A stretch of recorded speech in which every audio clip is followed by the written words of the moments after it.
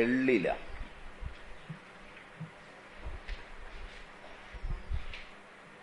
ഇപ്പോൾ വളരെ കുറവാണ്. മുമ്പ് എല്ലാ കയ്യാലയിലും കണ്ടിരുന്ന ഒന്നാണ് വെള്ളില. അമ്മ കറുമ്പി, മകള് വെളുമ്പി, മകള് സുന്ദരിക്കോത എന്നൊക്കെ പറഞ്ഞ് ഉള്ളൊരു കടമൊക്കെ പറഞ്ഞിരുന്ന ഒരു ചെടിയാണ്. അത് പനിക്ക് ഏറ്റവും അതിൻ്റെ 51 ഇല അക്ഷരങ്ങളുടെ എണ്ണം അത്രയും ഇല അരച്ചു കൊടുത്താൽ തന്നെ പനി, ഏത് കൂടിയ പനിയും പോകുമെന്ന് വിശ്വസിക്കപ്പെട്ടിരുന്ന ഒരു ചെടിയാണ് വെള്ളില. പൂവാൻ കുറുന്തില. ഒറ്റ പ്രാവശ്യം കൊടുത്താൽ മതി ഇല, ഒറ്റ പ്രാവശ്യം. കരിനൊച്ചിയില, ആടലോടകത്തില, വെള്ളില, പൂവാങ്കുറുന്തില. വിഷ്ണുക്രാന്തി സമൂലം.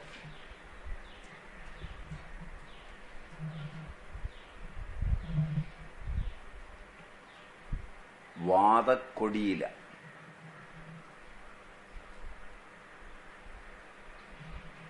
കുമ്പളത്തില.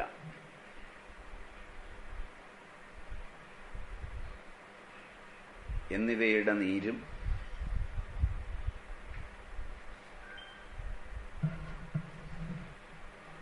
നെല്ലിക്കാനീരും ചേർത്ത് ധാര ചെയ്യുക. സന്നി ശമിക്കും. സന്നിപാത ജ്വരം ശമിക്കും.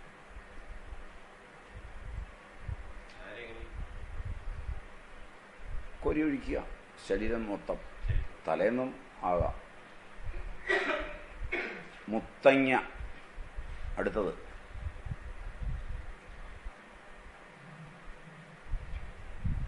പർപ്പടകപ്പുല്ല്.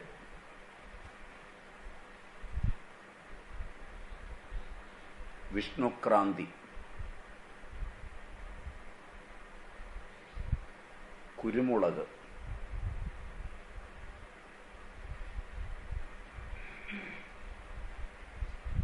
എന്നിവ വറുത്തു പൊടിച്ചു വയ്ക്കുക.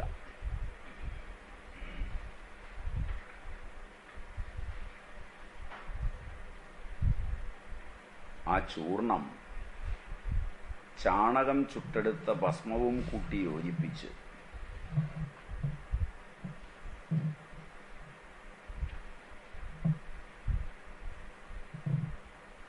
മൂർധാവിലും കഴുത്തിലും ചെവിക്കുമേലും തിരുമുക.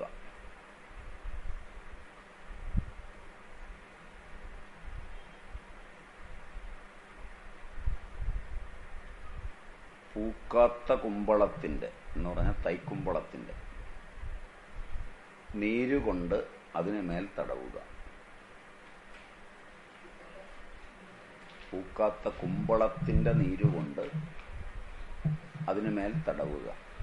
ദേഹമാകെ തടവാം. മൂക്കേൽ മാത്രം തടവരുത്. സന്നികളെല്ലാം ഒഴിഞ്ഞു പോകും.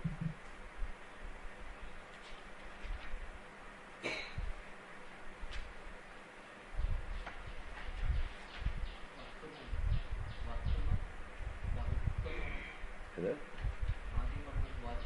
വറുത്ത് പൊടിക്കണം. ആദ്യത്തെ വറക്കുക എന്ന് പറഞ്ഞു കഴിഞ്ഞാൽ ചട്ടിക്കകത്തിട്ട് ചൂടാക്കി ഇരുമ്പ് ചീനച്ചട്ടിയിലോ മൺചട്ടിയിലോ ഇട്ടിട്ട് ചട്ടകം കൊണ്ട് ഇളക്കി വറുത്ത് കഴിഞ്ഞിട്ട് പൊടിച്ചെടുക്കുക. വറുത്ത് പൊടിക്കുക എന്ന് പറയില്ലേ. അടുത്തത് കുമിഴിൻ വേര്.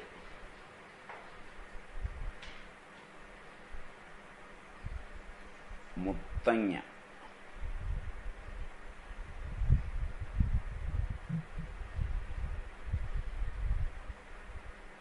വയമ്പ്.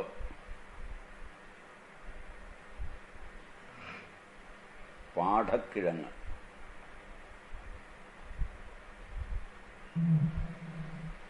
പുഷ്കരമൂലം.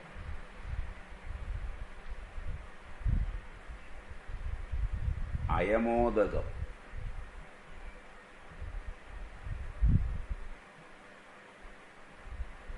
കർക്കടകപ്പുല്ല്, കർക്കടകശൃംഗി,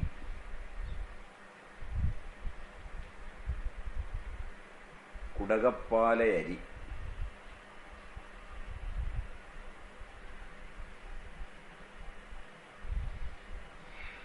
കച്ചൂരിക്കിഴങ്ങ്, സ്പീഡ് കൂടുതലല്ലോ, കച്ചോലം, കഞ്ഞുണ്ണി, അതാണ് ദശപുഷ്പദീപം. ചെറുതിപ്പലി,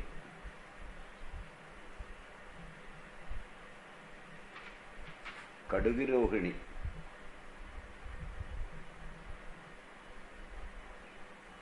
കടുക്കാത്തോട്,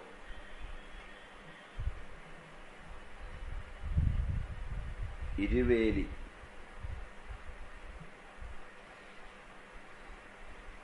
ഉത്തരിച്ചുണ്ടവേര്,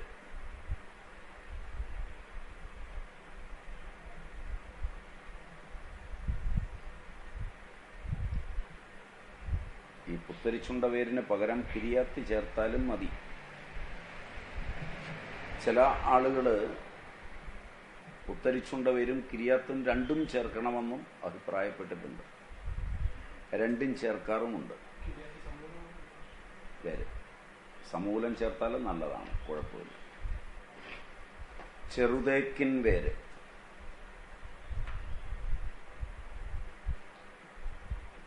കായം, കുറുന്തോട്ടി വേര്, കൂവളവേര്, കുമിഴിൻ വേര്, അത് ദശമൂലം എന്ന് ഒന്നിച്ചങ്ങ് എഴുതിയാൽ മതി, ഇപ്പൊ എഴുതാൻ എളുപ്പമുണ്ട്. കുറുന്തോട്ടി വേര് ദശമൂലം, കാട്ടുതിപ്പലി വേര്,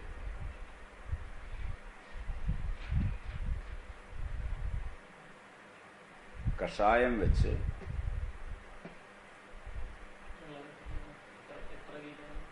60 ഗ്രാം 12 ഗ്ലാസ് വെള്ളം 1.5 ഗ്ലാസ് ആക്കി.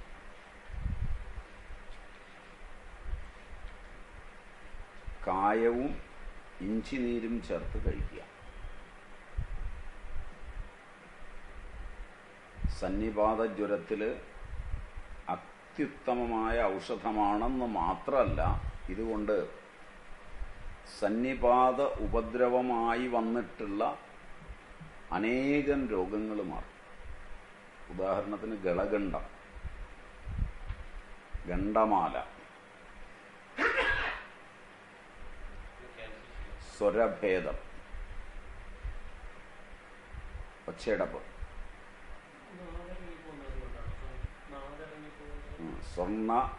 കർണമൂല ശോഭം, ചെവിയുടെ താഴെ വരുന്ന നീര്, മുഖരോഗങ്ങൾ, വായിലെ രോഗങ്ങൾക്ക് മുഖരോഗങ്ങൾ എന്ന് പറയുന്നത് മലയാളത്തിലെ മുഖമല്ല.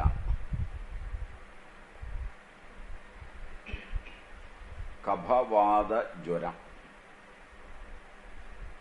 കാസം, ശ്വാസം മുട്ടൽ, ചുമ, ബാധിര്യം, ചെവി കേൾക്കാതിരിക്കൽ, ശിരോഗുരുത്വം, തലയ്ക്ക് ഭാരം, ഇവയെല്ലാം മാറും. അതിലറിയേണ്ട ഒരു കാര്യം, പഴയ വൈദ്യന്മാരാണ്, അവർക്കറിയാം. അതുകൊണ്ടാണ് നമ്മൾ ആദ്യം പറഞ്ഞ ഇൻട്രഡക്ഷനിൽ ഒരു കാര്യം പറഞ്ഞത്. ചികിത്സ കൊണ്ടും ചില രോഗങ്ങൾ വന്നു പോയി കഴിയുമ്പോഴും ഒട്ടേറെ രോഗങ്ങൾക്ക് വഴിമരുന്നുണ്ടാവും. അതുകൊണ്ടാണ് ഏതൊരു രാജ്യമാണോ ടോക്സിക്കോളജിക്ക് പ്രാധാന്യം കൊടുക്കുന്നത്. യൂറോപ്പ് ഇപ്പോൾ ചിന്തിക്കാൻ തുടങ്ങിയിട്ടേ ഉള്ളൂ അതിന്റെ പ്രാധാന്യത്തെക്കുറിച്ച്. 500 കൊല്ലത്തെ വൈദ്യശാസ്ത്ര പുരോഗതിയുടെ ഉച്ചിയിലെത്തി നിൽക്കുമ്പോഴാണ് വിദേശ രാജ്യങ്ങൾ ചിന്തിക്കാൻ തുടങ്ങുന്നത്. വിദേശ രാജ്യങ്ങൾ അത് ചിന്തിക്കാൻ തുടങ്ങിയതുകൊണ്ട് കമ്പനികൾ അവയുടെ മാർക്കറ്റ് മൂന്നാം ലോക രാഷ്ട്രങ്ങളിലേക്കാണ് വിപുലീകരിക്കുന്നത്.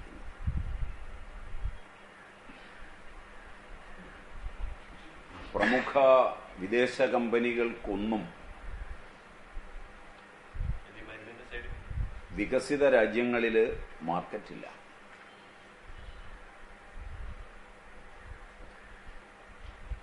മാത്രമല്ല, കടുത്ത നിയമങ്ങളെ അവർ അതിജീവിക്കണം.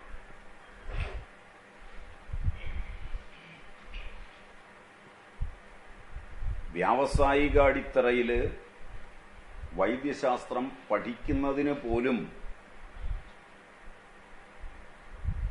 അവിടെ വിഷമങ്ങൾ ഒരുപാടുണ്ട്. ഇന്ത്യയിൽ മാത്രമാണ് വിദ്യാഭ്യാസം ചെലവ് കുറഞ്ഞൊരു ഏർപ്പാടായിട്ട് നിൽക്കുന്നത്. എന്നിട്ട് ഇവിടെ സമരം നിങ്ങൾ നടത്തിക്കൊണ്ടിരിക്കുകയാണ്, ചെലവ് കൂടുതലാണെന്നോ.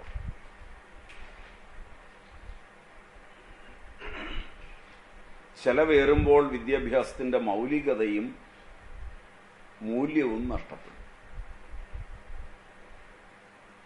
അതറിഞ്ഞുകൊണ്ടാണ് പ്രാചീനർ ഇന്ത്യയിൽ വിദ്യാഭ്യാസത്തെ പൂർണ്ണമായും സൗജന്യമാക്കിയത്. രാജഭരണകാലത്ത് പോലും ഇന്ത്യയിൽ വിദ്യാഭ്യാസം വ്യാവസായികമായിരുന്നില്ല. വിദ്യാഭ്യാസവും വൈദ്യശാസ്ത്രവും മനുഷ്യന്റെ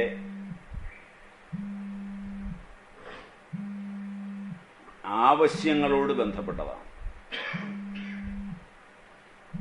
അതുകൊണ്ടത് തൊഴിലാകരുത്. അധ്യാപനം ഒരു തൊഴിലിലേക്ക് അധപ്പതിക്കരുത്. വൈദ്യശാസ്ത്രം ഒരു തൊഴിലായി മാറരുത് എന്നുള്ളതായിരുന്നു ഭാരതീയ സങ്കല്പം. ഒരളവ് വരെ ആ മനസ്ഥിതി നിലനിന്നതുകൊണ്ടാണ് സ്വാതന്ത്ര്യം കിട്ടിയ സമയത്ത് ഇന്ത്യയിലെ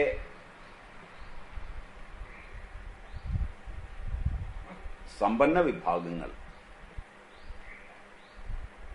അവർ നടത്തിക്കൊണ്ടിരുന്ന വിദ്യാഭ്യാസ സ്ഥാപനങ്ങൾ മുഴുവൻ യാതൊരു പാരിതോഷികമോ ധനമോ വാങ്ങാതെ ഗവൺമെന്റിനെ സമർപ്പിച്ചു. ഗവൺമെന്റ് തങ്ങളുടേതാണ് എന്നൊരു ബോധം അവർ നിലനിർത്തുകയാണ് ചെയ്തത്. അത് നിങ്ങൾക്ക് നോക്കിയാൽ ഗവൺമെന്റ് ഉടമയിലുള്ള സ്കൂളുകളെല്ലാം പേര് പഴയതാണ് പലതും. ശ്രദ്ധിച്ചിട്ടുണ്ടോയെന്നറിയില്ല. അങ്ങനെയുള്ള ആ സ്കൂളുകളെല്ലാം ഏൽപ്പിച്ചു കൊടുത്ത് PSC വഴി ഏറ്റവും ക്വാളിറ്റിയുള്ള അധ്യാപകരാണ് ആദ്യകാലത്ത് അവിടെ വന്നത്.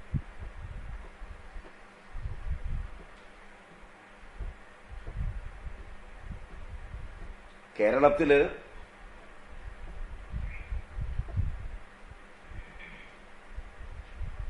വിവിധ കൂട്ടുകക്ഷികളെ കൂട്ടുപിടിച്ചു.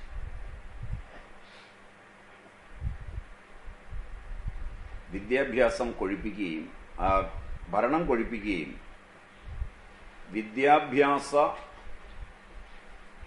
വകുപ്പ്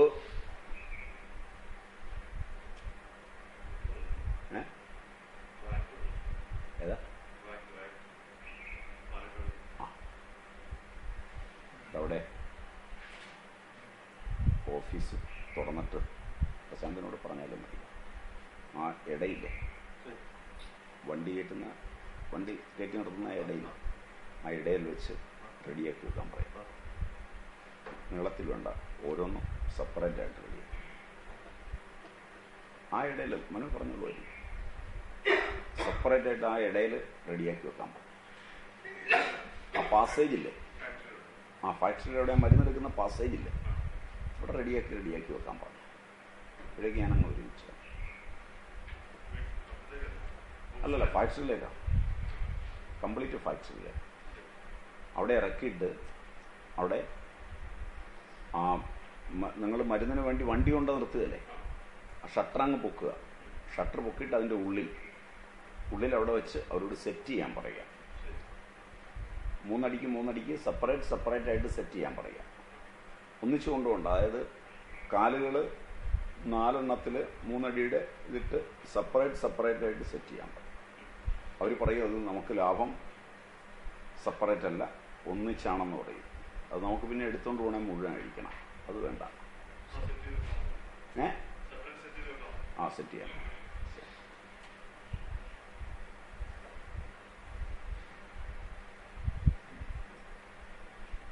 അപ്പൊ ആ സമയത്ത് വിദ്യാഭ്യാസത്തിന് ഒരു പഴുതുണ്ടായിരുന്നു. വിദ്യാഭ്യാസ വകുപ്പ് ന്യൂനപക്ഷ സമുദായങ്ങളുടെ കയ്യിലെത്തുകയും ന്യൂനപക്ഷത്തിന് അവരുടെ കുട്ടികളെ വിദ്യാഭ്യാസം അവരുടെ തലത്തിൽ ചെയ്യിപ്പിക്കുവാൻ, അവരുടെ മതം മുതലായവയിലൂടെ പഠിപ്പിക്കുവാനുള്ള സ്വാതന്ത്ര്യമെന്ന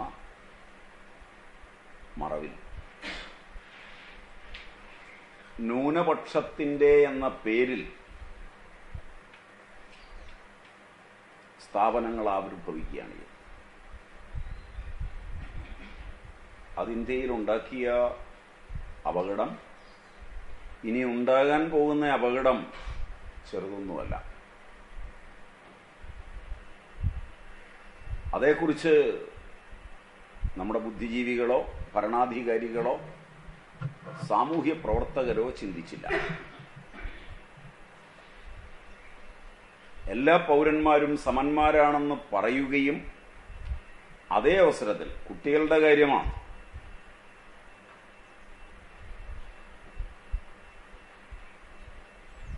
കുട്ടികളുടെ വിദ്യാഭ്യാസത്തിന്റെ കാര്യമാണ് എന്നത് മറന്ന് വിദ്യാഭ്യാസത്തെ ഒരു കച്ചവട മേഖലയിലേക്ക് വളർത്തിക്കൊണ്ടുവന്നത് ഈ മാറ്റമാണ്. അതിന് 2-3 കാര്യങ്ങളാണ് ആ സമയത്ത് സംഭവിച്ചത്. ഒന്ന്, ന്യൂനപക്ഷ സമുദായങ്ങൾ വിദ്യാഭ്യാസ സ്ഥാപനങ്ങൾ ആദ്യം തുടങ്ങി.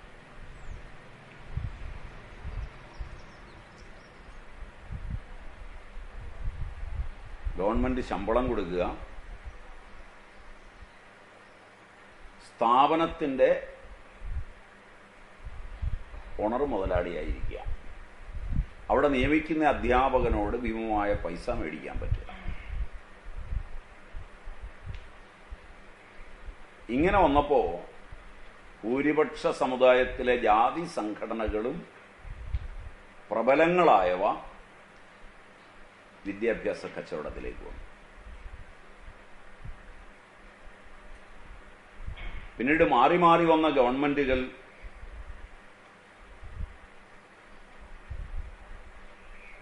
പലതരം വിദ്യാഭ്യാസം ഉണ്ടാക്കി. ഗവൺമെന്റ് ഉടമയിലും സ്വകാര്യ ഉടമയിലും. ഇന്ത്യയിലുടനീളം വിദ്യാർത്ഥികൾക്ക് ഒരേ സിലബസും ഒരേ വിദ്യാഭ്യാസവും നൽകേണ്ടതിന് പകരം പലതരത്തിലുള്ള വിദ്യാഭ്യാസമായി. നേരത്തെ ഇത് പറഞ്ഞാൽ SSLC, ഇപ്പൊ SSC അല്ലേ?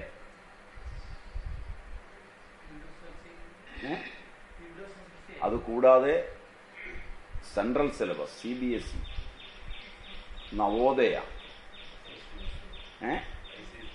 ICSE, പിന്നെ ടെക്നിക്കൽ,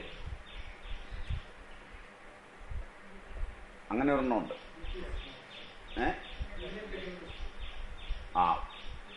വൊക്കേഷണൽ വിദ്യാഭ്യാസം.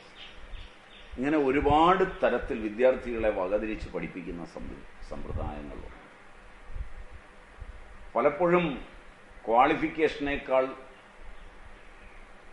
പരിചയത്തിന് പ്രാധാന്യം കൊടുക്കുമ്പോൾ പരിചയം ഉണ്ട് എന്ന സർട്ടിഫിക്കറ്റിന്റെ പേരിൽ മണ്ടന്മാരെ നിയമിക്കാമെന്ന് തോന്നുന്നു. PSCയുടെ തലങ്ങൾ മാറി. ഇതെല്ലാം ഇന്ന് വിദ്യാഭ്യാസത്തെ തകർത്തുകൊണ്ടുവരികയാണ്.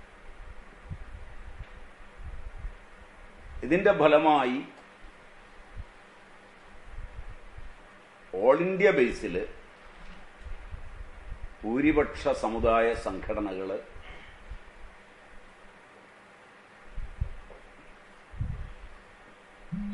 ഭൂരിപക്ഷത്തിന്റെ ആവശ്യത്തിനും ഇതിനോടൊപ്പം നിന്നില്ലെങ്കിൽ പറ്റില്ല എന്ന് കണ്ട് വിദ്യാഭ്യാസ തന്ത്രം ആവിഷ്കരിച്ച് വിദ്യാഭ്യാസവുമായി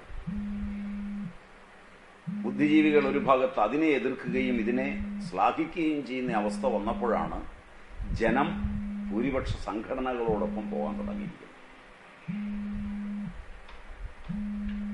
ഇവിടെ എല്ലാം സംഭവിക്കുന്നത് ഭാരതത്തിൽ ജനങ്ങളെ ഈ സംഘടനകളും പ്രസ്ഥാനങ്ങളും ചേർന്ന് പകുക്കുന്നു എന്നുള്ളതാണ്.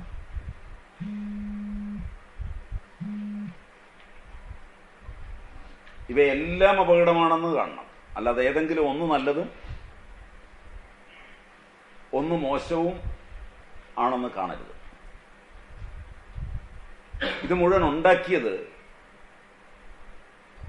വിദ്യാഭ്യാസത്തിൽ വന്ന പരിഷ്കാരങ്ങളുണ്ട്.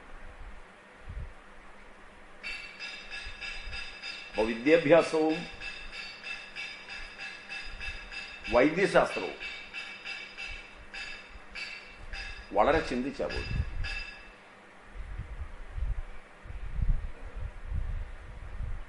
ഇന്ത്യയിൽ ഇത് ഏറ്റവും ചെലവ് കുറഞ്ഞതായിരുന്നു. ഇപ്പം അത് കൂടി കൂടി കൂടി വരികയാണ്. അമേരിക്കയുടെ സ്റ്റാൻഡേർഡിൽ എത്താൻ ഇനിയും കുറച്ച് കാലം കൂടെ കാത്തിരുന്നാൽ. അപ്പോഴാണ് ജനാധിപത്യത്തിലൂടെ പോയി അർഹതയുള്ളവന് പഠിക്കാൻ മേല എന്ന് പറയുന്ന ഒരു അവസ്ഥ വരും. പഴയ കാലത്ത് അർഹതയില്ലാത്തവൻ പഠിക്കരുതെന്നായിരുന്നു നിയമം. അതിനെയാണ് നിങ്ങൾ തെറ്റാണ് എന്ന് വ്യാഖ്യാനിച്ചത്, മനുസ്മൃതിയൊക്കെ കൂട്ടി.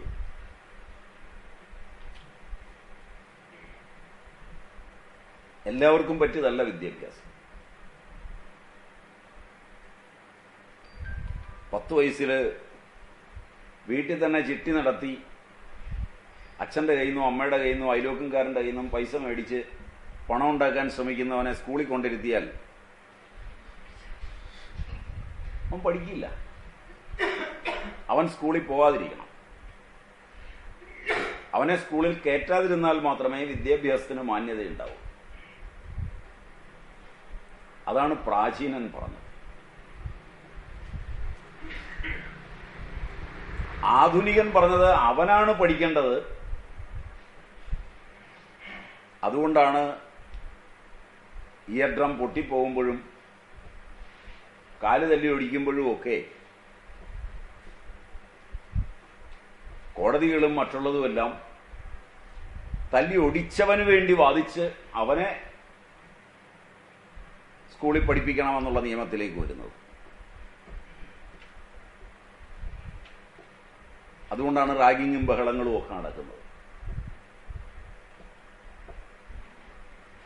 വികസിത രാജ്യങ്ങളിൽ സാക്ഷരതയൊക്കെ ഉണ്ട് എന്ന് അവകാശപ്പെടുമ്പോഴും വിദ്യാഭ്യാസപരമായി വളരെ പിന്നോക്കമാണ്. ഇന്നും ലോകത്ത് വിദ്യാഭ്യാസപരമായി മുന്നോക്കം നിൽക്കുന്നത് കിഴക്കൻ രാജ്യങ്ങൾ തന്നെയാണ്. കാരണം പടിഞ്ഞാറൻ രാജ്യങ്ങൾ ബുദ്ധിയെ വിലയ്ക്ക് വാങ്ങുകയാണ് പലപ്പോഴും.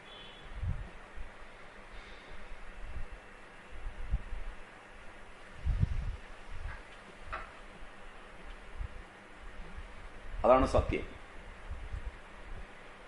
അതിന് കാരണം വിദ്യാഭ്യാസം അവിടെ ചെലവേറിയതാണ്. അവിടെ രൂപാന്തരപ്പെട്ടു വന്ന വൈദ്യവിദ്യാഭ്യാസവും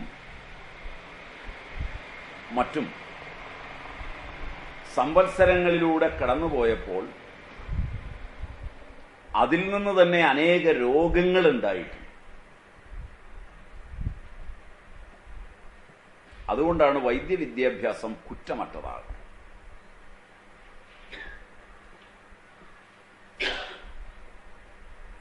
പഴയ കാലത്ത്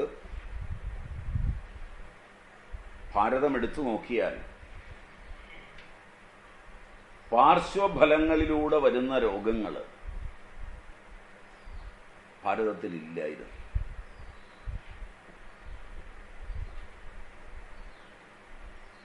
അഥവാ അത്യപൂർവങ്ങളായിരുന്നു. ഇമ്മ്യൂണിറ്റി ഡിസോർഡറുകൾ എന്ന വകഭേദത്തിൽ വരുന്ന രോഗങ്ങൾ ഏറ്റവും കുറവുണ്ടായിരുന്ന രാജ്യം ഇന്ത്യയാണ്.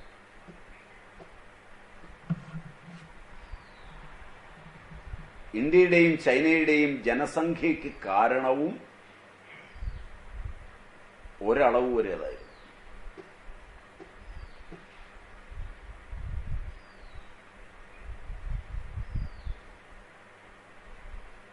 ഒന്ന്, പ്രകൃതി കനിഞ്ഞ് അനുഗ്രഹിച്ച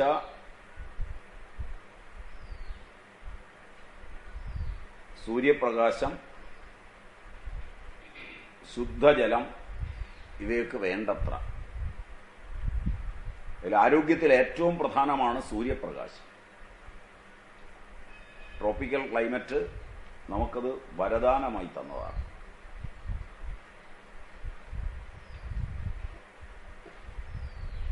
വന്ധ്യതയും അതിന്റെ ചികിത്സയും ഇന്ത്യയിൽ വേണ്ടിയിരുന്നില്ല.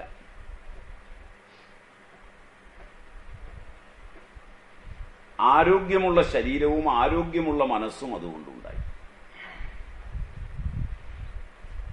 അതുകൊണ്ട് ആ കാലങ്ങളിൽ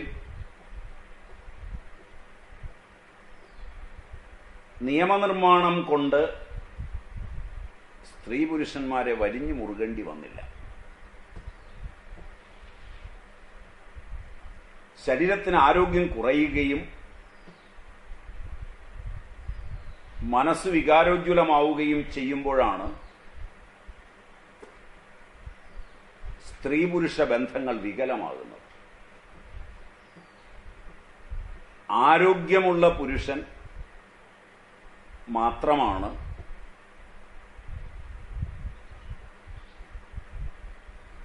സ്വധർമ്മമറിഞ്ഞ് മര്യാദയ്ക്ക് ജീവിക്കുന്നത്.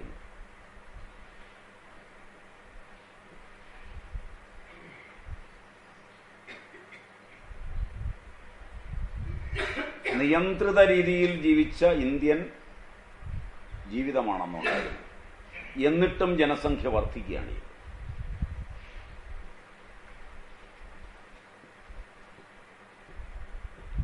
സംഘടനകൾ, പോസിറ്റീവ് റെമഡികൾ, കോണ്ടംസ് ഉൾപ്പെടെ ഒട്ടേറെ ടാബ്ലറ്റുകൾ, ഒട്ടേറെ കുടുംബാസൂത്രണ മാർഗങ്ങൾ, ഒട്ടേറെ പ്രചാരണങ്ങൾ, ഗവൺമെന്റ് ഉടമയിലും അല്ലാതെയും വരുന്ന പ്രചരണങ്ങൾ, ബ്രഹ്മചര്യത്തിന് പ്രാധാന്യം കൊടുത്തുകൊണ്ടുള്ള മതങ്ങളും അവയുടെ പ്രഭാഷണങ്ങളും ബഹളങ്ങളും, സന്മാർഗത്തെക്കുറിച്ചുള്ള പുതിയ പഠിപ്പിക്കലുകൾ, തലങ്ങും വിലങ്ങും മാനേജ്മെന്റ് ഗുരുക്കന്മാർ, സ്ത്രീ സംവരണം, സ്ത്രീ വിമോചന പ്രസ്ഥാനങ്ങൾ, മാധ്യമങ്ങൾ, സ്ത്രീകൾക്ക് വേണ്ടി സ്ത്രീകൾ നയിക്കുന്ന പത്രമാസികകൾ, ഇവയൊക്കെ വന്നപ്പോഴാണ് ജനസംഖ്യ കുറയുന്നത്, സ്ത്രീപീഡനം കൂടുന്നത്, വന്ധ്യതാ പരിഹാര ക്ലിനിക്കുകൾ വർദ്ധിക്കുന്നത്. എവിടെയെങ്കിലും ഞാൻ പറഞ്ഞത് അതിശയോക്തി ഉണ്ടെങ്കിൽ എന്നെ വെറുതെ വിടരുത്. അതിശയോക്തി ഇല്ലെങ്കിൽ ആലോചിക്കണം.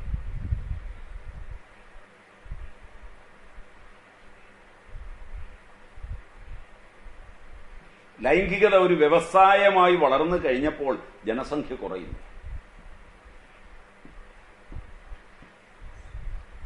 ലൈംഗിക ആസ്വാദനത്തിനുള്ള ഉപകരണങ്ങൾ, സാമൂഹിക ലൈംഗികതയ്ക്ക് വേണ്ടിയുള്ള മുന്നേറ്റങ്ങൾ, ആധ്യാത്മിക പ്രസ്ഥാനങ്ങൾ തന്നെ നയിക്കുന്ന LGBT മൂവ്മെന്റുകൾ, ഇവയൊക്കെ രംഗത്ത് വന്നിട്ടും കേരളം വന്ധ്യതയുടെ പിടിയിൽ വരുന്നു.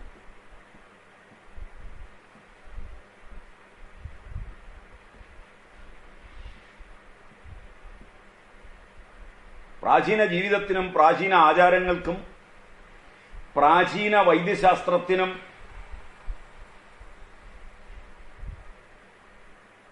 എതിരെ നിങ്ങൾ നീങ്ങുമ്പോൾ അന്നിങ്ങനെ ഉണ്ടായില്ല എന്നതൊന്ന് ശ്രദ്ധിക്കുന്നത് നല്ലതാണ്.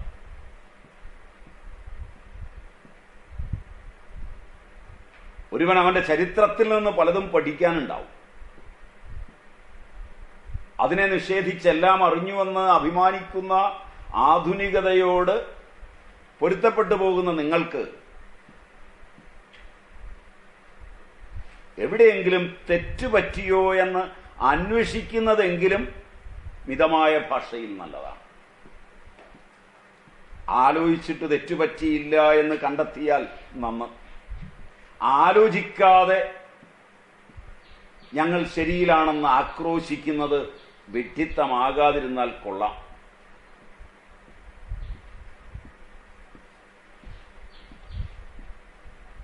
നിങ്ങൾ ഉണ്ടാക്കുന്ന അഭിമാനം പ്രാചീനതയോട് ഞാനും ഉണ്ടാക്കി പറയേണ്ടതില്ലല്ലോ. അതുകൊണ്ട് ആലോചിച്ച് തീരുമാനിച്ചാൽ മതി. ഇതിലൊക്കെ ശരിയുണ്ടോ അതോ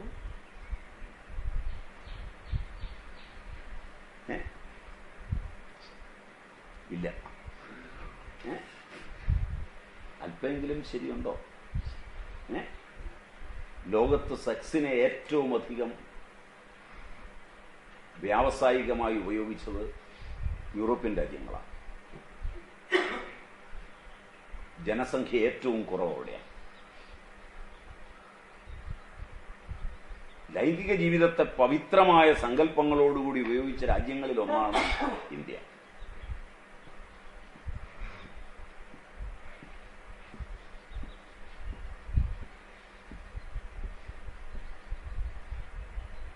രണ്ടും തമ്മിലുള്ള അന്തരമാണ്.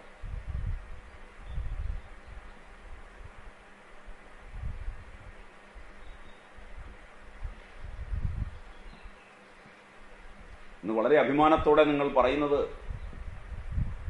പഴയതുപോലല്ലെന്നാണ്.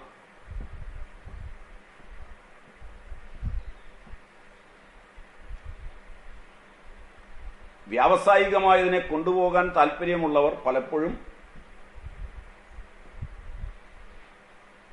അപവാദങ്ങളെയാണ് ഉത്സർഗീകരിച്ചിട്ടുള്ളത്.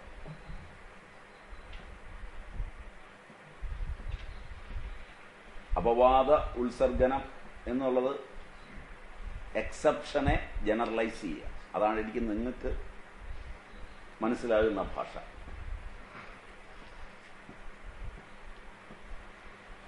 ചരിത്രത്തിൽ ചിലപ്പോൾ ചില എക്സെപ്ഷൻസ് ഉണ്ടാവും. അവയെ മാധ്യമങ്ങൾ എടുത്ത് എക്കാലത്തും നടന്നതാണെന്ന മട്ടിൽ അവതരിപ്പിക്കും. അത് മാധ്യമങ്ങളുടെ ഒരു തന്ത്രമാണ്. ആരെങ്കിലും ഒരാൾ കാണിക്കുന്ന ഒരു വിഡ്ഢിത്തം എടുത്തിട്ട് ആ നാട് മുഴുവൻ അങ്ങനെയാണ്. ഒരു പോലീസുകാരൻ എന്തെങ്കിലും ഒരു അഴിമതി കാണിച്ചാൽ പിന്നെ പോലീസുകാരെ മുഴുവൻ കാണുമ്പോൾ അഴിമതിക്കാരാണെന്ന് തോന്നുമാറ് ആ വാർത്ത പ്രാധാന്യം കൊടുത്ത് അവതരിപ്പിക്കുക. അങ്ങനെയാണ് ഇൻസ്റ്റിറ്റ്യൂഷനുകളെ മാധ്യമങ്ങൾ തകർത്തത്. തകർത്ത് സ്വയം തകർന്നു നിൽക്കുന്നിടത്താണ് ഇന്ന് മാധ്യമങ്ങൾ നിൽക്കുന്നത്. മനസ്സിലായോ എന്നറിയില്ല. തുടങ്ങിയത് ഇന്ത്യയുടെ പ്രാചീനമായ സന്യാസത്തെ പിടിച്ചാണ്. എവിടെയെങ്കിലും സന്യാസ വേഷം കെട്ടിയ ഒരാൾ കൊള്ളിക്കരുതാഴിയെ കാണിച്ചാൽ അയാൾ സന്യാസി അല്ല എന്ന് പറഞ്ഞാലും മാധ്യമം അയാളെ സമ്മതിക്കില്ല. നീ സന്യാസിയാണ് എന്ന് പറഞ്ഞ് വാർത്ത കൊടുത്ത് അവതരിപ്പിച്ച് സന്യാസത്തെ തകർത്ത്, ക്രിസ്ത്യൻ പുരോഹിതന്മാരെ തകർത്ത്, രാഷ്ട്രീയക്കാരെ തകർത്ത്, നല്ല മന്ത്രിമാരൊരുപാടുണ്ട്. അവരെപ്പറ്റി മാധ്യമങ്ങൾ എഴുതിയില്ല. പഴയ കാലത്ത്, അതായത് KP കേശവമേനോന്റെയും മാമൻ മാപ്പിളയുടെയും ഒക്കെ കാലത്ത് മാധ്യമം എടുത്താൽ നന്മയാണ് ഫ്രണ്ട് പേജിൽ വരിക. തിന്മ ഒരു മൂലയ്ക്ക് എവിടെയെങ്കിലും ഒരു ശകലമേ കൊടുക്കുകയുള്ളൂ.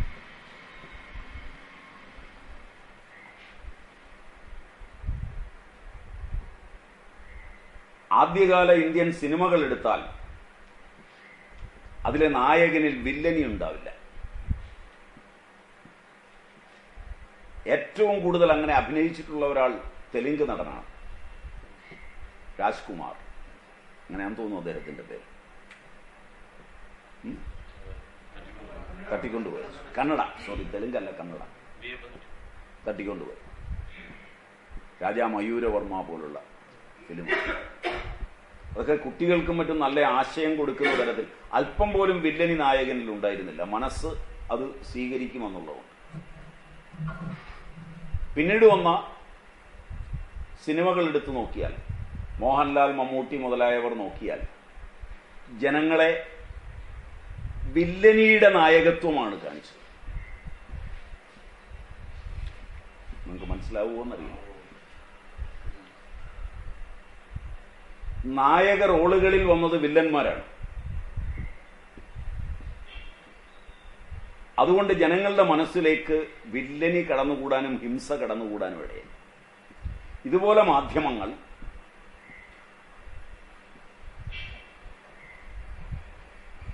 നന്മയെ തകർക്കുകയാണ്.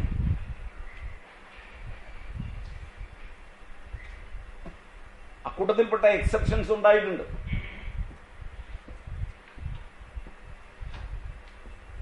താത്രിക്കുട്ടിയുടെ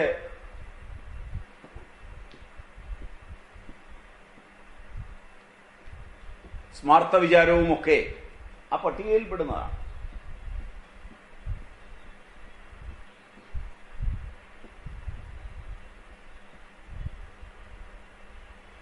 അത്തരം കാര്യങ്ങളിലൂടെ അതൊരു സമുദായത്തിനകത്ത് നടന്ന ചെറിയൊരു കാര്യമാണ്.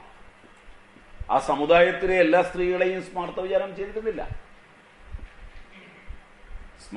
ആ സ്മാർത്ഥ വിചാരം ചെയ്തതിന്റെ രേഖകൾ അന്ന് രേഖപ്പെടുത്തി വെച്ചതും അതിനെ ചുറ്റിപ്പറ്റി വന്ന സാഹിത്യവും അതിനെ ചുറ്റിപ്പറ്റി വന്ന ചിന്തകളുമെല്ലാം വരുമ്പോൾ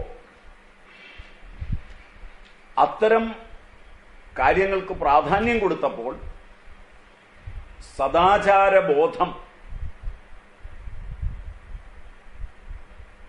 ഇന്ത്യൻ സമൂഹത്തിൽ നിന്ന് മാറാനത് സഹായിച്ചു. സദാചാരബോധം മാറുമ്പോൾ വിശ്വാസം നഷ്ടപ്പെടും.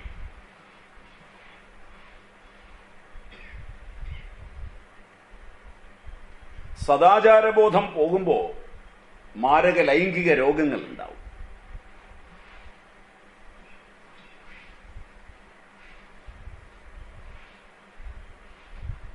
യൂറോപ്പ് കണ്ടതാണ്.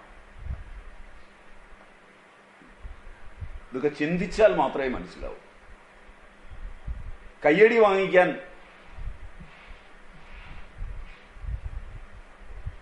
ഇത് പര്യാപ്തവുമല്ല.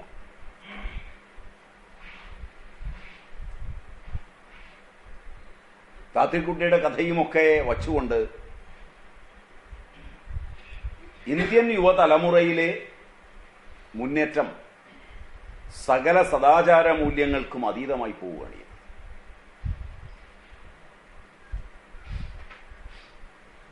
ഫലം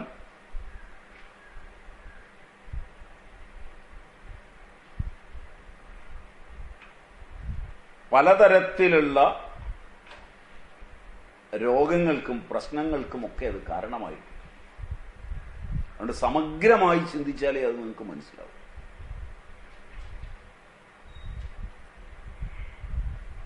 അതിന്റെ കൂട്ടത്തിലാണ്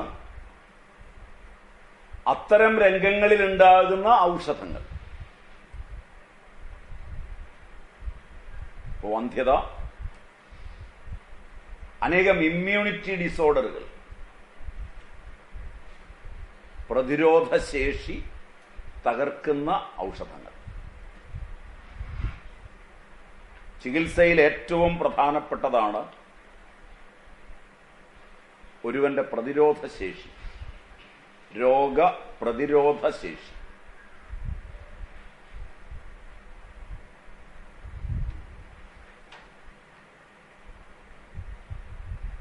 രണ്ടു ബലങ്ങളാണ് വൈദ്യശാസ്ത്രം പ്രത്യേകം ശ്രദ്ധിക്കുന്നത്. രോഗ പ്രതിബന്ധകത്വ ബലവും രോഗക്ഷമത്വബലവും. പ്രതിബന്ധകത്വബലമാണ് ശ്രേഷ്ഠം.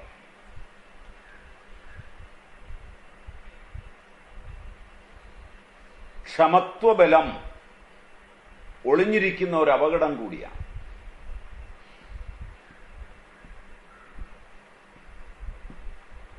ക്ഷമത്വബലമുള്ളവന്റെ അടുത്ത തലമുറ പലപ്പോഴും പ്രതിരോധ ബലം നഷ്ടപ്പെട്ടവരായി.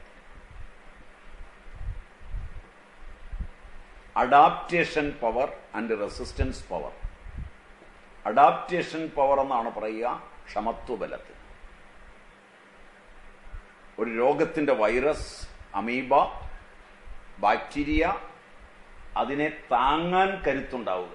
അത് തന്നിൽ കയറിക്കൂടിയാലും തന്നിലത് പ്രകടമാവില്ല. കാരിയറായി അയാൾ ജീവിക്കും. HIV പോലുള്ള രോഗങ്ങൾ ടെസ്റ്റ് ചെയ്യുമ്പോൾ ഭർത്താവിൽ HIV ഉണ്ട്, ഭാര്യയ്ക്കില്ല. ഭാര്യയ്ക്കില്ലാത്തതുകൊണ്ട് ഭർത്താവ് കുറ്റവാളിയാണ്. അതുകൊണ്ട് ഭാര്യയുടെ വീട്ടുകാർ കൂടി ഡൈവോഴ്സ് ചെയ്തു, അയാളെ ഉപേക്ഷിച്ചു. അയാൾ കരഞ്ഞ് നിലവിളിച്ച് നടക്കുക. എവിടുന്നാണ് കിട്ടിയതെന്നറിയില്ല. അയാൾ വേറെ ആരോടുമൊപ്പം സഹശയനമൊന്നും നടത്തിയിട്ടില്ല.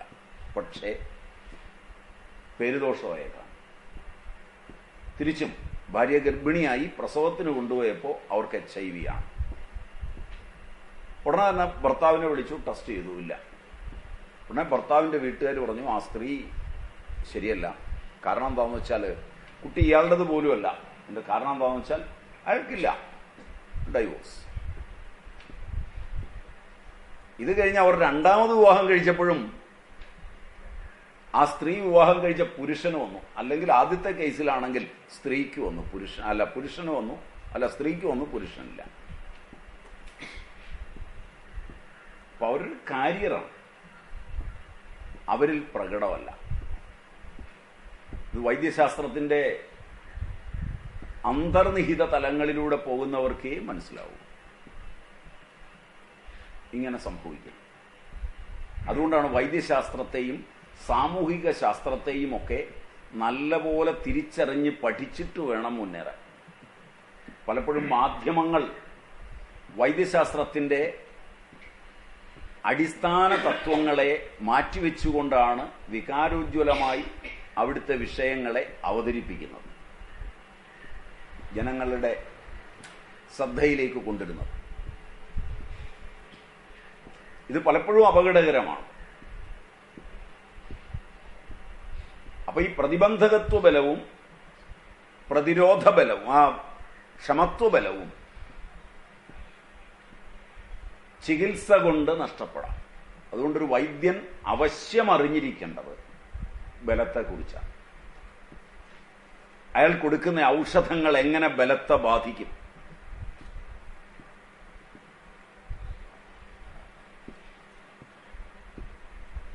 ബലം നഷ്ടപ്പെടുമ്പോൾ ഏതേത് അവയവങ്ങളെ വരെ ബാധിക്കാം. അതുകൊണ്ടാണ് നേരത്തെ പറഞ്ഞത് യൂറോപ്പിൽ നിന്ന് വ്യത്യസ്തമായി ഇന്ത്യ ഇമ്മ്യൂണിറ്റി ഡിസോർഡറുകൾ ഏറ്റവും കുറഞ്ഞ രാജ്യമായിരുന്നു.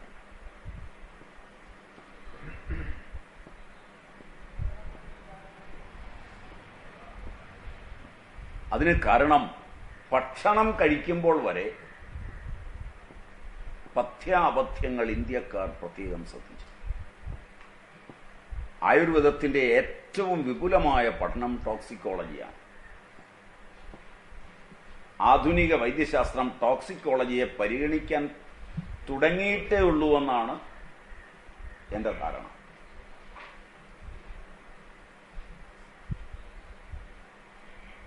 പലപ്പോഴും വൈകി തുടങ്ങിയിരിക്കുന്ന പഠനമായതുകൊണ്ട്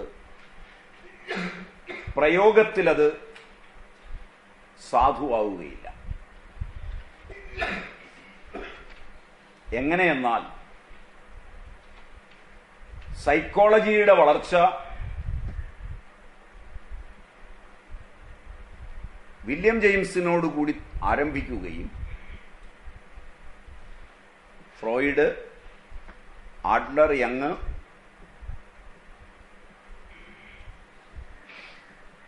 ഹൈദഗർ തുടങ്ങിയവരിലൂടെ വളർന്നു വരികയും ചെയ്ത് നിൽക്കുമ്പോൾ ആ പഠനങ്ങളൊന്നും സൈക്കാട്രി അംഗീകരിക്കാറില്ല. സൈക്കാട്രി ക്ലിനിക്കുകളിൽ സൈക്കോളജിസ്റ്റുകളെ കൗൺസലിങ്ങിന് വെച്ചാൽ പോലും സൈക്കാട്രിസ്റ്റുകൾക്ക് പ്രാധാന്യം കൊടുത്തുകൊണ്ടാണ് ആ ശാഖ വളരുന്നത്. കാരണം പ്രായോഗിക തലത്തിൽ വരുമ്പോൾ നേരത്തെ മുതലുള്ളതിൽ കൂടി രോഗിയും ഭിഷഗ്വരനും ഭരണാധികാരികളും പോവുക. ടോക്സിക്കോളജി പിന്നീട് വളർന്നു വന്നെങ്കിലും അതിനെ മാറ്റി നിർത്തിക്കൊണ്ടുള്ള ഒരു സങ്കല്പമാണ് വൈദ്യശാസ്ത്രം പലപ്പോഴും കൊണ്ടുപോകുന്നത്. മാത്രവുമല്ല, ടോക്സിക്കോളജിയിൽ പ്രാധാന്യം കൊടുത്ത് മുന്നോട്ട് പോയാൽ ഔഷധ വിപണനം തകർന്നു പോകും. അതുകൊണ്ടാണ് അമേരിക്ക പോലുള്ള രാജ്യങ്ങൾ ശക്തമായ നിയമങ്ങൾ കൊണ്ടുവന്നത്.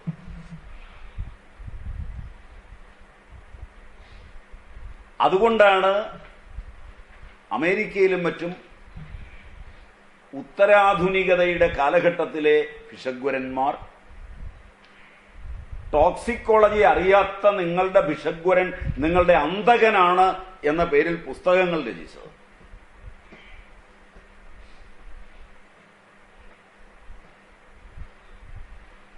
വൈദ്യശാസ്ത്രത്തിന്റെ തന്നെ നിർബന്ധം കൊണ്ടാണ് കടുത്ത നിയമങ്ങൾ ഇന്ന് അമേരിക്കയിലും മറ്റും നിലനിൽക്കുന്നത്. ഇതെല്ലാം പറയുമ്പോൾ ഒരു നിയമവുമില്ലാതെ ഇന്ത്യ കഴിഞ്ഞ നൂറ്റാണ്ടിൽ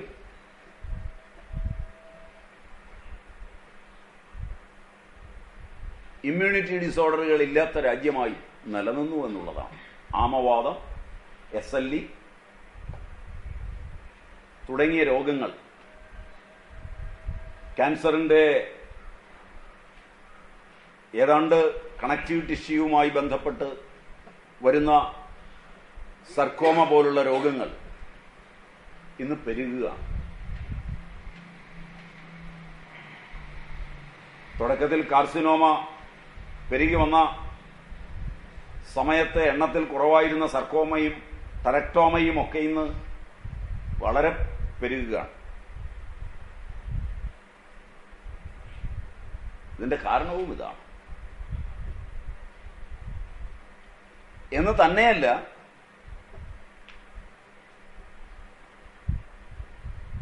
ഔഷധ ഉപയോഗം വർദ്ധിച്ചപ്പോൾ മറ്റൊരു രാജ്യത്തും ഇല്ലാത്ത വിധം ഇന്ത്യയിൽ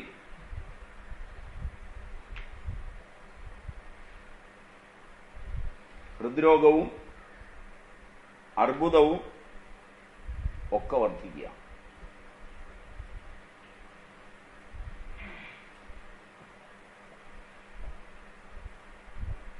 അതുകൊണ്ട് ഇമ്മ്യൂണിറ്റിയെക്കുറിച്ചും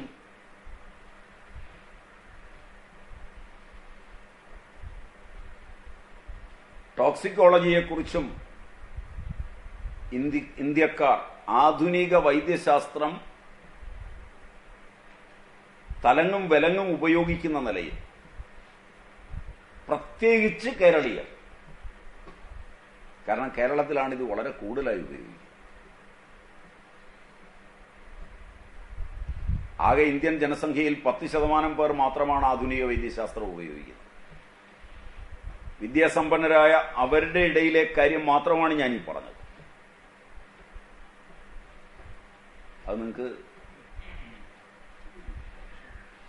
ആകെ 10% ആധുനിക വൈദ്യശാസ്ത്രം ഉപയോഗിക്കുന്നു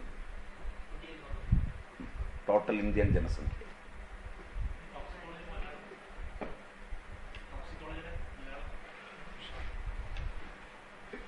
പെട്ടെന്ന് ചോദിച്ചപ്പം പറയാം.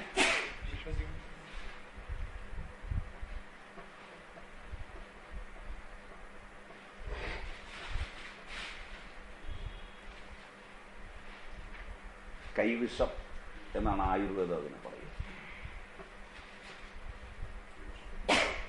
നമ്മുടെ ശരീരം തന്നെ ടോക്സിക് ആവുക, ശരീരം ചില വിഷങ്ങളെ പുറപ്പെടുവിക്കും.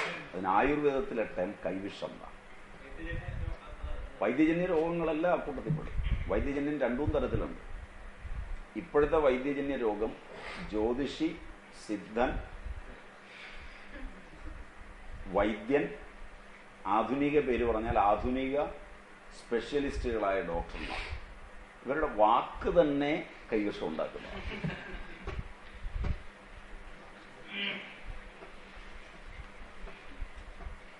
രോഗിയെ കണ്ടു കഴിയുമ്പോഴേ സിദ്ധൻ പോക്കാണെന്ന് പറയും. രോഗമൊന്നും വേണ്ട, കാരണം സിദ്ധന് കാശുണ്ടാകുന്നത് നിങ്ങൾക്ക് കുഴപ്പമുണ്ടെങ്കിലാണ്. കൈനോട്ടക്കാരനും ജ്യോതിഷിയും ഇപ്പോൾ അങ്ങനെയാണ്. പഴയ കാലത്ത് വീട് തോറും വന്നിരുന്ന കൈനോട്ടക്കാർ കാക്കാത്തികൾ എന്ന് പറഞ്ഞൊരു വർഗം ഉണ്ടായിരുന്നു. കണ്ടിട്ടുണ്ടോന്നറിയില്ല. അവര് സാധാരണ വരുന്നത് ചില്ലറയ്ക്ക് വേണ്ടിയാണ്. പക്ഷെ അവർക്കൊരു 10 രൂപ കൊടുക്കുമ്പോൾ വലിയൊരു സുഖം ഉണ്ടായിരുന്നു. എന്താ കാരണം എന്ന് വെച്ചാൽ അവരൊന്നും നല്ല ചന്തമുള്ള കയ്യാണല്ലോ തമ്പുരാട്ടി എന്ന് പറഞ്ഞ് പാടിക്കൊണ്ടായിരുന്നു. അപ്പം ആ ഒരു അരമണിക്കൂർ പ്രശംസിച്ച് കഴിയുമ്പോൾ ഇവരുടെ ഹോർമോണൊക്കെ ലെവലിൽ, മരുന്നൊന്നും വേണ്ട. അപ്പോൾ ഇപ്പോൾ ഉള്ള ബുദ്ധിമുട്ടൊക്കെ ഒരു താൽക്കാലികമാണെന്നും ഇത് പെട്ടെന്ന് മാറുമെന്നും അതുകൊണ്ട് തമ്പുരാട്ടി എന്തെങ്കിലും തന്നാട്ടെ എന്ന് പറയുമ്പോൾ കുറച്ച് അരിയോ നെല്ലോ പൈസയോ കൊടുത്തു കഴിയുമ്പോൾ ആ വീട്ടിലെ പ്രശ്നങ്ങൾ അവൾ പോയി കഴിയുമ്പോൾ മാറും. മനസ്സിലായില്ല? മനസ്സിനൊരു തങ്കേടം. പുതിയ കൈനോട്ടക്കാർ വഴികരിയിലാണ്.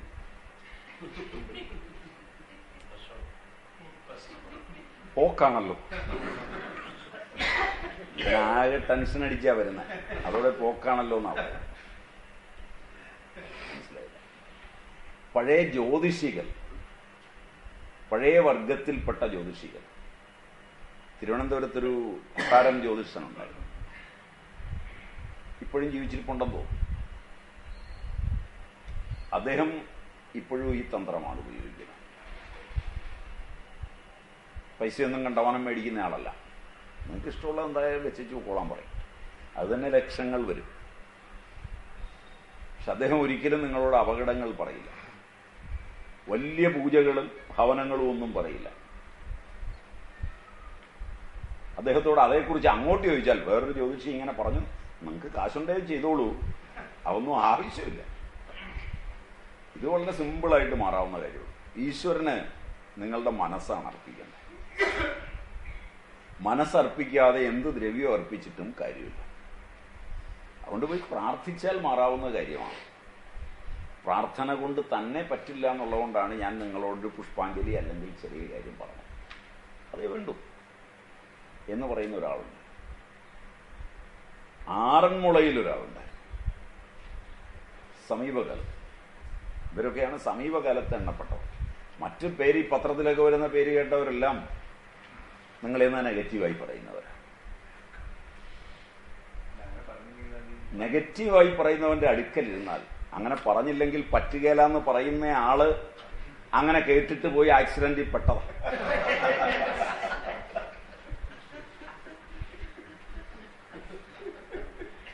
ആക്സിഡന്റിൽ പെട്ടപ്പോഴും പറഞ്ഞു പോക്കാം.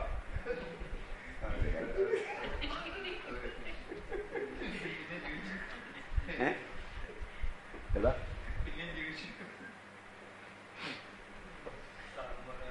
അപ്പൊ ആളുകൾ ഇങ്ങനെയാണ്. നെഗറ്റീവായി പറഞ്ഞാൽ വലിയ സന്തോഷം. അതുകൊണ്ട് വൈദ്യജന്യം എന്ന് പറയുമ്പോൾ സിദ്ധൻ, ജ്യോതിഷി, കൈനോട്ടക്കാരൻ, അത്ഭുത പ്രവർത്തകൻ,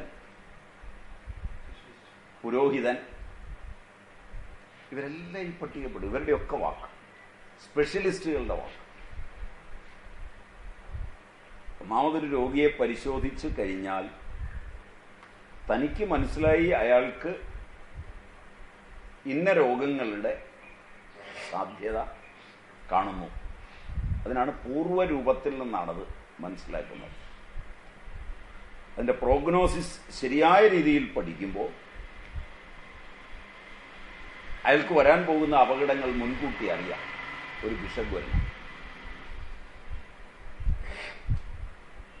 വ്യക്തമായി പഠിച്ചവനാണെങ്കിൽ കാണുമ്പോഴേ അറിയാം. പക്ഷെ അത് അയാളോട് തന്നെ കയറി പറയണം എന്നുള്ളതാണ് പുതിയ മെഡിക്കൽ എത്തിക്സ്.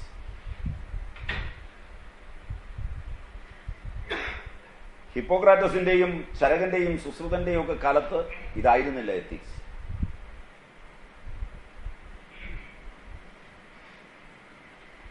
അതിന് പരിഹാരമെന്തെങ്കിലും ഉണ്ടോ അത് അന്വേഷിക്കുക, പരിഹരിച്ചു കൊടുക്കുക.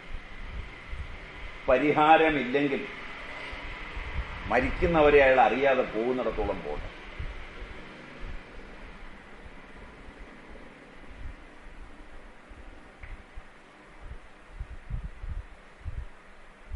അതിലേറ്റവും ശ്രദ്ധിക്കേണ്ടത് ടോക്സിക്കോളജിയാണ്. ടോക്സിക്കോളജി അറിയുന്നത് കൊണ്ടാണ് ഇന്ത്യക്കാർ ഇന്ത്യയിലേതല്ലാത്ത സാധനങ്ങൾ ഉപയോഗിക്കുമ്പോൾ പോലും ശ്രദ്ധിച്ചത്. ഉദാഹരണത്തിന്, നിങ്ങളുടെ അച്ഛന്റെയും അമ്മയുടെയും കാലത്ത്, അവർ കുട്ടികളായ കാലത്ത്, കേരളത്തിലുണ്ടായതല്ലാത്ത ബെൽജിയത്തിൽ നിന്ന് വന്നതോ മറ്റോ ആയ ഒരു സാധനമാണ് കപ്പ. മനസ്സിലായോ എന്നറിയില്ല. ഇന്ത്യൻ അല്ല.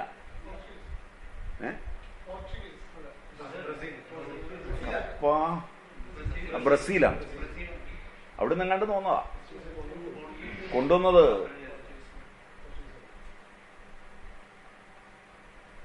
മറ്റേ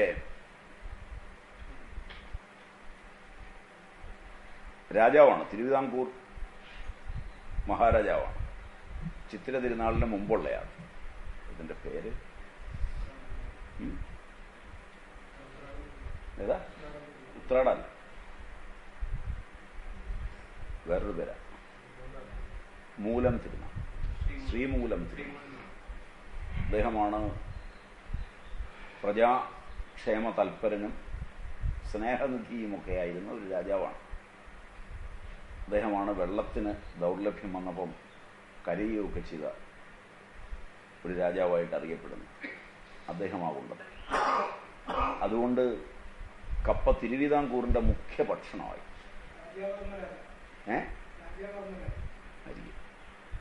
മറ്റേ ഇവിടെ കൊച്ചിയും മലബാറും ഇന്നും മുഖ്യഭക്ഷണമായി കപ്പയെ എടുത്തിട്ടില്ല. തിരുവിതാംകൂറിന്റെ മുഖ്യഭക്ഷണമായി കപ്പ വളർന്നു, അരിയേക്കാൾ കൂടുതൽ. തിരുവിതാംകൂറുകാർ എവിടെയൊക്കെ കുടിയേറിയോ അവിടെയൊക്കെ കപ്പയുണ്ടായിരുന്നു. പ്രത്യേകിച്ച് തിരുവിതാംകൂറിലെ ക്രിസ്ത്യൻസ്, നായേഴ്സ് ആൻഡ് ഈഴവാസ് ഇവരുടെ മുഖ്യഭക്ഷണമാണ്. എന്ന് പറഞ്ഞാൽ കാലത്തെ എഴുന്നേറ്റ് ഒരു കിലോ കപ്പ തിന്നില്ലെങ്കിൽ അവരെ ഒന്നിനും കൊള്ളുകയില്ലാതായിട്ടുണ്ട്.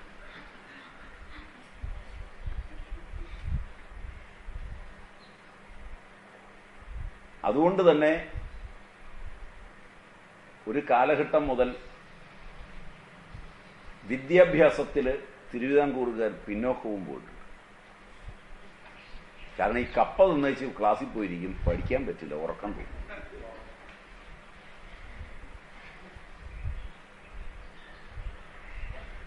പിന്നെ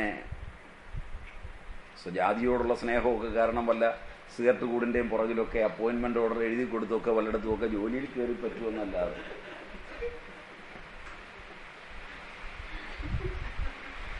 ആലോചിച്ചിരിക്കുന്നു. പഠിക്കുന്ന കാര്യങ്ങൾ ഓർത്തിരിക്കാൻ പറ്റില്ല. അപ്പോ അന്ന് കപ്പ ഉപയോഗിക്കുമ്പോഴും ടോക്സിക്കോളജി, വിദേശ വസ്തുവായ കപ്പ ഇന്ത്യയിൽ വന്ന് ഉപയോഗിക്കുമ്പോൾ ട്രോപ്പിക്കൽ ക്ലൈമറ്റാണ്. ട്രോപ്പിക്കൽ ക്ലൈമറ്റിൽ ഉപയോഗിക്കാവുന്ന ഒരു പദാർത്ഥമല്ല കപ്പ.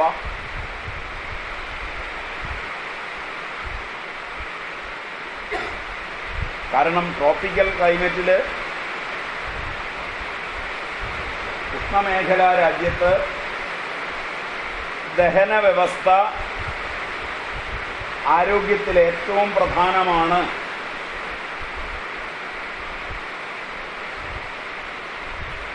എന്നറിഞ്ഞ അന്നത്തെ അമ്മമാർ കപ്പയുണ്ടാക്കിയിരുന്നത് വലിയ കലങ്ങളിൽ നിറച്ച് വെള്ളം വെച്ച് കപ്പ മൂട വെള്ളമിട്ട് തിളപ്പിച്ച് ആ വെള്ളം ഊറ്റിക്കളഞ്ഞാണ് പിന്നെ പുഴുങ്ങുകയോ ഒക്കെ ചെയ്ത് ഉപയോഗിച്ചത്. പുതിയ പെണ്ണുങ്ങൾ പ്രഷർ കുക്കറിൻ്റെയൊക്കെ ആഗമനത്തോടെ കപ്പയരിഞ്ഞ് നേരിട്ട് പുഴുങ്ങി അങ്ങ് തിന്നുകയാണ്. അത് കാരണം പുഴുങ്ങി വാങ്ങുമ്പോൾ നല്ല തിളക്കം ഉണ്ടാവും, അതിൻ്റെ കൊഴുപ്പ് കാരണം. ശ്രദ്ധിച്ചിട്ടുണ്ടോയെന്നറിയില്ല, നിങ്ങളിതൊന്നും ശ്രദ്ധിച്ചിട്ടില്ല. അടുക്കളയിൽ പണിതിട്ടുമില്ല, വല്ലവരും ഉണ്ടാക്കി തരുന്നത് തിന്നിട്ടേ ഉള്ളൂ. മറ്റേതാ തിളക്കമുള്ള കൊഴുപ്പുള്ള വെള്ളം പശുവിന് പോലും കൊടുക്കുകയില്ല, അത് ഊറ്റിക്കളയുക. ഊറ്റിക്കളഞ്ഞിട്ട് പിന്നീടാണ് അതിൽ മുളകുമൊക്കെ ചേർത്ത് പുഴുങ്ങുകയോ അതല്ലെങ്കിൽ നിങ്ങളുടെ ചെണ്ടമുറിയനായി മുളകൊപ്പി തിന്നുകയോ ഒക്കെ ചെയ്യുന്നത്. അത് വാട്ടി ഉണങ്ങുകയാണെങ്കിലും ആ വെള്ളം മുഴുവൻ ഊറ്റിക്കളയും. കേൾക്കാവോ? അപ്പോൾ പഴയ കാലത്ത് അത് ടോക്സിക് എന്നറിയാവുന്നതുകൊണ്ടാണ് ഇത് ചെയ്തത്. കപ്പയുടെ കിഴങ്ങിനേക്കാൾ ഉത്തമം ഇലയാണ് ആഹാരത്തിന്. ഇല കൊണ്ട് കിച്ചടിയും ഇല കൊണ്ട് തോരനും ഒക്കെ വെച്ച് പണ്ട് ഉപയോഗിച്ചിരുന്നു. അതിലും ടോക്സിക് ആകാനുള്ള പ്രവണത കണ്ടതുകൊണ്ടാണ് അത് ഒഴിവാക്കിയത്.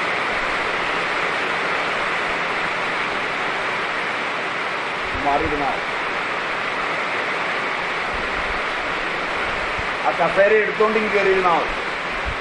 കസേര തന്നെ ഇരുന്നോ, കസേര എടുത്തോണ്ടിങ് കയറിയിരുന്നാൽ മതി.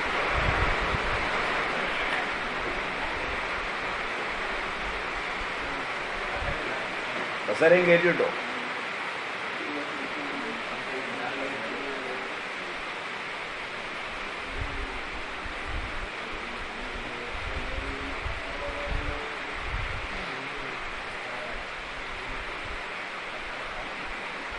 അപ്പോൾ നമ്മുടെ ആളുകൾ നമ്മുടേതല്ലാത്ത പദാർത്ഥങ്ങൾ വരുമ്പോൾ പോലും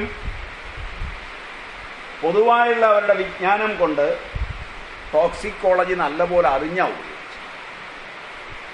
അതുകൊണ്ട് ആ കാലങ്ങളിൽ ഇന്ത്യയിൽ പാൻക്രിയാറ്റൈറ്റിസ് ഉണ്ടായില്ല. സമീപകാലത്ത് ഒട്ടേറെ പേർക്ക് പാൻക്രിയാറ്റൈറ്റിസ് ഉണ്ട്. പാൻക്രിയാറ്റൈറ്റിസ് രൂപം മാറി, ചികിത്സയിലൂടെ രൂപം മാറി ലിവറിനെ ബാധിക്കുകയും പാൻക്രിയാസിലും ലിവറിലുമെല്ലാം ക്യാൻസറായി തീരുകയും ചെയ്യുന്നതെന്ന് സർവ്വസാധാരണമായിട്ടുണ്ട് കേരളത്തിൽ.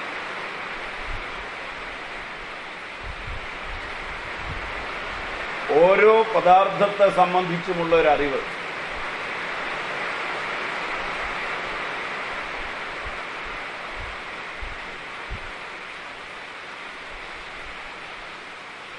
ഇതുകൊണ്ടുണ്ടായിട്ടുണ്ട്.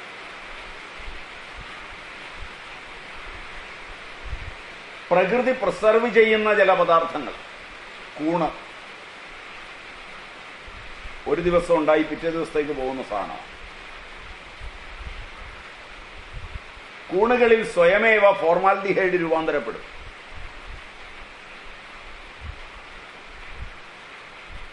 അത് പ്രകൃതിയുടെ ഒരു വിലാസമാണ്.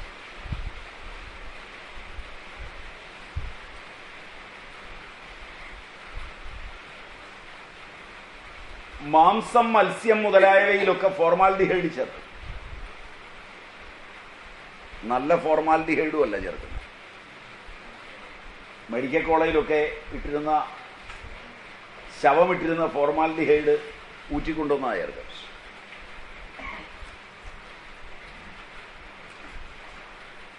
വ്യാവസായിക അടിസ്ഥാനത്തിൽ കാര്യങ്ങൾ പോകുമ്പോൾ അങ്ങനെയൊക്കെ ചെയ്യാൻ പറ്റുള്ളൂ, ചെയ്യാതിരിക്കണം. പഴയ കാലത്താണെങ്കിൽ മീൻ പിടിക്കുന്നവർ പിടിച്ചു, തീരത്ത് തന്നെ ഉപയോഗിച്ചു. അല്ലാതെ കിഴക്കൻ മേഖലയിലുള്ള ആളുകൾ കപ്പയും ചക്കയും ഒക്കെ ഉപയോഗിച്ചു. തീരപ്രദേശത്തുള്ളവർ മത്സ്യം ഉപയോഗിച്ചു. മനസ്സിലാവുമെന്നറിയില്ല. തീരപ്രദേശത്ത് നിന്ന് കിഴക്കൻ മേഖലയിലേക്ക് വിവാഹം കഴിച്ചു കൊണ്ടിരിക, കിഴക്കൻ മേഖലയിൽ നിന്ന് വിവാഹം കഴിച്ച് തീരപ്രദേശത്തേക്ക് കൊണ്ടുപോവുകയൊക്കെ ചെയ്തപ്പോൾ ശീലമനുസരിച്ചുള്ള ഭക്ഷണം കിട്ടണം. 5 മിനിറ്റ് ഇന്റർവെൽ വേണോ?